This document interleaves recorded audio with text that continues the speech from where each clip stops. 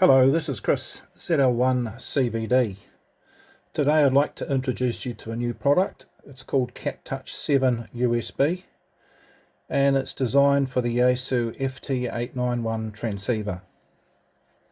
This is CatTouch7 here, and it is a 7-inch TFT screen which connects to the transceiver. It plugs into the back where the USB port goes, and that's the connection that comes from here. It requires 5 volts to operate, and there's two uses for the 5 volts. On the FT-891, the USB cat port doesn't activate until it receives 5 volts, so the 5 volts used for that, and of course to power the display. You can use anything like USB power banks, even simple little things like this, which takes a 18650 rechargeable cell. That will power it, not for long, but it will power it. And there's all sorts of other USB things that you could use. For example, your USB cell phone charger, and that goes in to this side here. Of course, CatTouch7USB also supports direct PC connection, so if you plug it into your PC, that will power everything up as well, and that's this one here. Now, CatTouch7USB is supplied in plain packaging like this, just a plain box, and it comes with the quarter 20 camera mount, a USB cable, and of course the CatTouch7 USB. And you note on the back of it we've got the camera mount, and looking around it you can see the two USB-C cat ports. This one goes to the computer, this one here goes to the computer, and this one here goes to your FT-891. There's a little coloured LED on the back. And there's a SD card here. It's a micro SD card, and it's used for storing memories, memory data. Okay, so let's just have a look at the operation of the transceiver, of the CatTouch7 USB. First, let's just talk about the screen layout. So we have a clear display up here for frequency. On the transceiver, if we're in memory mode, you will note that up here the display changes to show that we're in memory mode, and if there is a memory tag, that memory tag will show. Operation is very easy. Basically plug it in, it will automatically detect what the transceiver cat speed is, negotiate with it, and start up. Most of the functions that you see on the screen here you can touch. So if we touch the frequency, we're presented with this screen here, which enables us to change bands or dial in a frequency directly. And when we press VFO A or B, it pops up directly. We can also do things like, this is the memories that are loaded into this transceiver, so we can go directly to a memory. We need to press back here, and we can see that we're straight away into 15 meters FT8. Another handy feature on that screen is you can load and save the memories. If you have an SD card inserted, these will be blue, and at that point you can save all your memories or load the memories. When you save the memories, it also saves like a web page, which is a memory editor. So you can click on that with your computer, and you can use that page to add, delete, or edit memories. Okay, go back here. Carrying on our description of the screen, we can see here, this is the mode button here. We can change our mode. The config button here takes us to a configuration screen, and in this screen we can do things like change the colors of all our screens. And we can see here I changed the border color to red, and now we have red borders. If you're like me, you get carried away with that and you start changing things and you can't quite, you want it to go back to the way it was, just click restore colors and that will bring it back. We can also do things like rotate the screen, and that might be handy because with the universal camera mount, you may wish to have the cables going up or whatever reason. Anyway, the rotate's there for you. We have on the back, you saw before I showed you the little LED it had on the back. Well, if we can turn that on, it's not very bright, and it's just, I could do these features, so I did it. We have a desk light feature, so it just comes on white all the time, will stay on white, and I suppose that's going to be good in a very dark room, but it would have to be a very dark room because, as I say, it's not very bright. If we have TX indicate on, when we transmit, that LED will glow red. But because it's the only thing here that's on, it will be the only thing that glows red. If we have the RX indicate on, it will be green when it's receiving or red when it's transmitting. With this one here, if there's a high SWR, when transmitting, the red will flash. Okay. Now, just with that LED, this supports, we'll just go back and we'll just show you the power off. We can turn off the CatTouch7 USB, and when it's turned off, the little LED, you can see it there, it will fade in and out blue just to indicate that it's on standby, because it's not really turned off. It's the screen's off and it goes into a lower power save mode, but it just lets you know that's in power save. And then all we need to do to turn it back on is just turn on the transceiver, and the CatTouch7 USB will turn back on. Now, it's unfortunate, but with Yaesu Cat, which this uses to communicate with the transceiver, you can't turn the transceiver on once you've turned it off. It's just something that Yaesu Cat doesn't do, and that's because when you look at the circuit for the transceivers, all their transceivers, you'll see that Cat turns off the power side circuit, and there's no way of turning that back on without manually doing this, because they haven't got it going through the processors, and their processors aren't running when they're powered off. Okay, there was a couple of things we got to cover off on this screen. USB standby for 10 seconds is when we push this here to turn when we push the power button on the transceiver to turn it back on, it's how long it takes it before this will detect that change.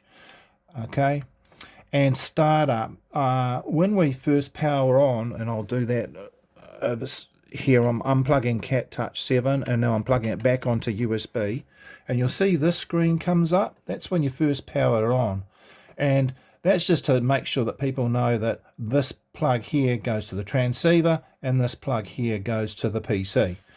You can touch the screen to get rid of it, or if that really annoys you, it's on a timer. It's set for 30 seconds. We can set that to like 60, or we can set it to 120, or we can turn that off so that we know how to connect it, or it's always connected. We don't need to see that startup screen.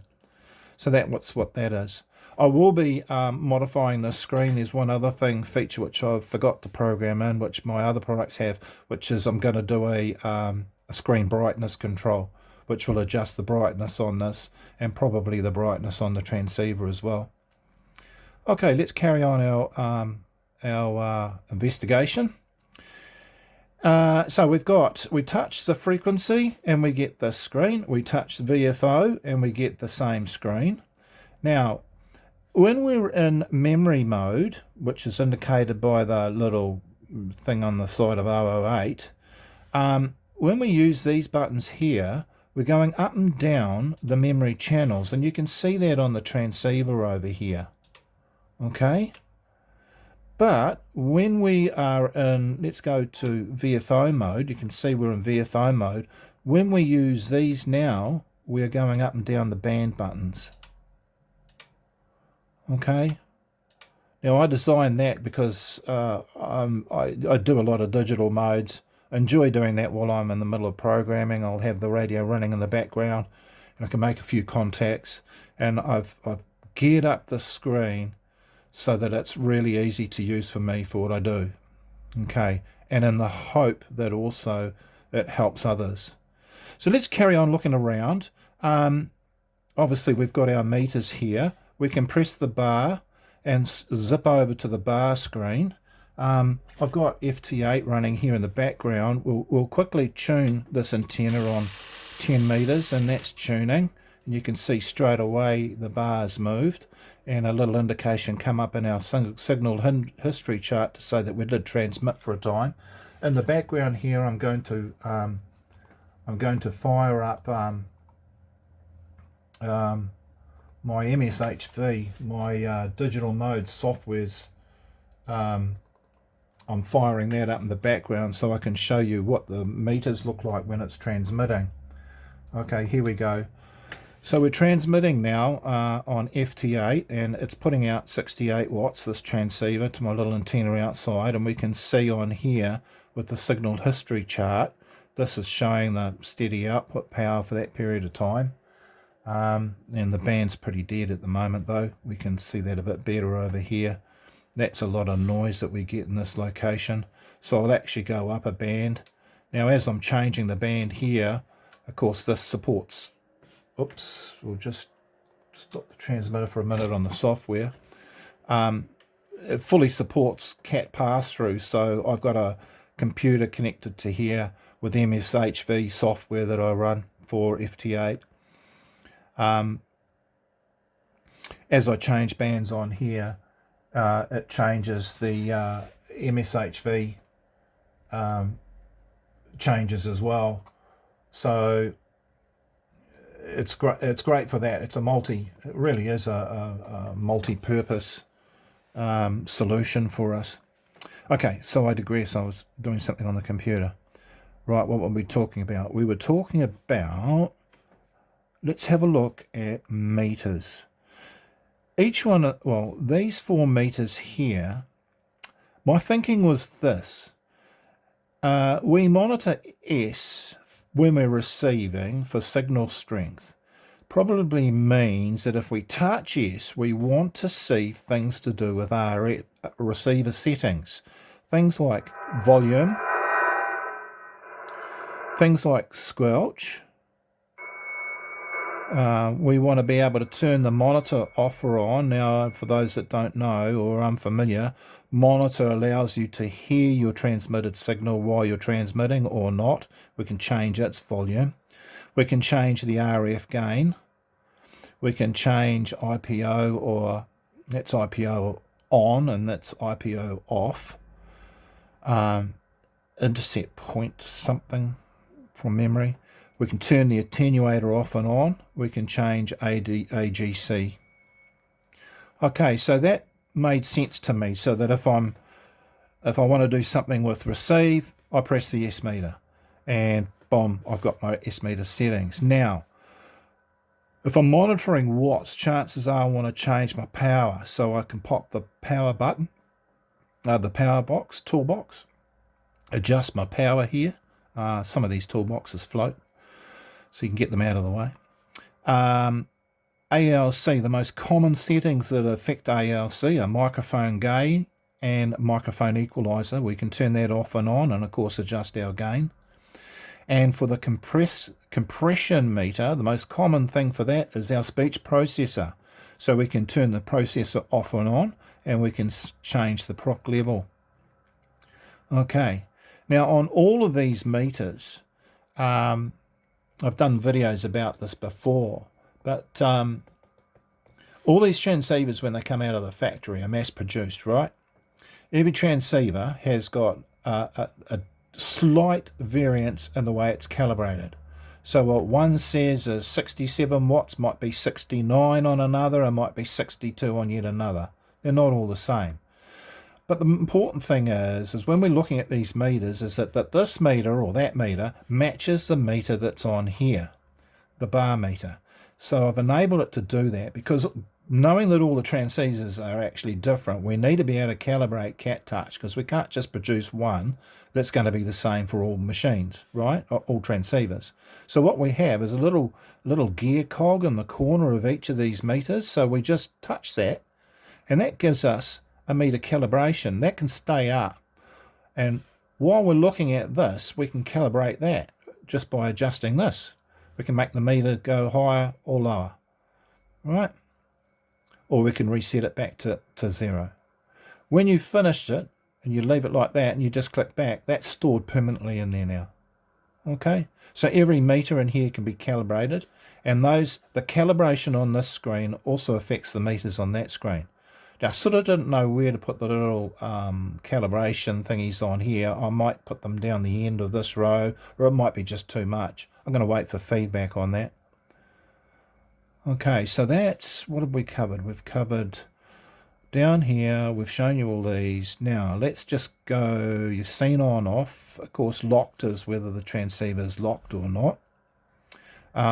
Tune, hold tune in to turn the tuner off. Hold it back in, hold it back in to turn it on, and a quick tap fires off the tuner. Nice and simple for the front screen.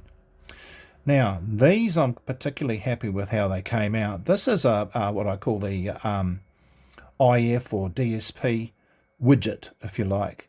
Now, if we tap on that, we get presented with this screen here, which puts all the FT-891 digital signal processing controls on one screen. No more diving through menus over here to find what we're doing.